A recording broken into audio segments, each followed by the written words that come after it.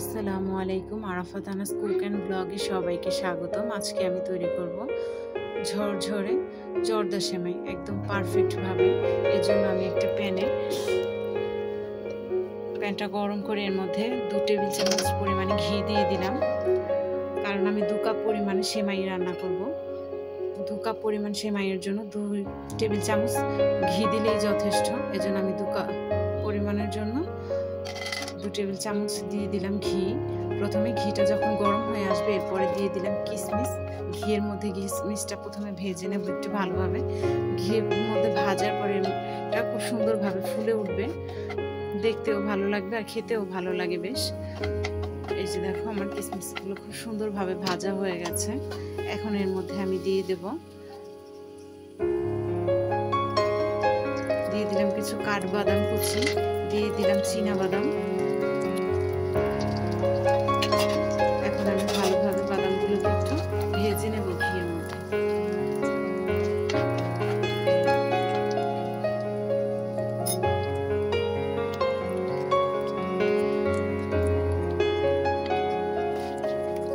ভাজা হয়ে গেলে এর মধ্যে আমি দিয়ে দিলাম দারুচিনি, তেজপাতা আর দিয়ে দেবো এলাচ। একটু গুঁড়ো করে নিয়েছি, কারণ এলাচটা গুঁড়ো করে দিলে ভালো হয়, খাওয়ার সময় আর আমাদের মুখে লাগে না। এখন সবগুলোকে একটু ভালোভাবে ভেজে নিচ্ছি। এর মধ্যে আমি এখন দিয়ে দেবো আগে ভেঙে রাখা সেমাইটাকে আমি একটু ভালোভাবে নেড়ে চেড়ে নেব। চুলার আঁচটা কমিয়ে আমি 10 মিনিটের মতো ভালোভাবে ভাজবো।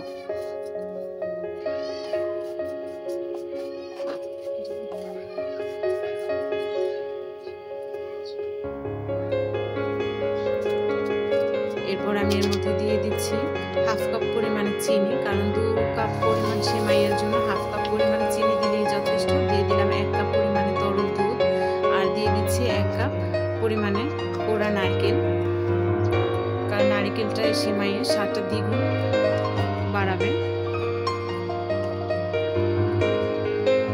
সেমাইটা দিয়ে আমি খুব ভালোভাবে নেড়ে চেড়ে দিচ্ছি।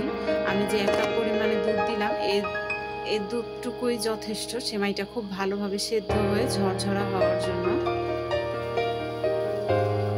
আমি একটু ভালোভাবে নেড়ে চেড়ে নিচ্ছি।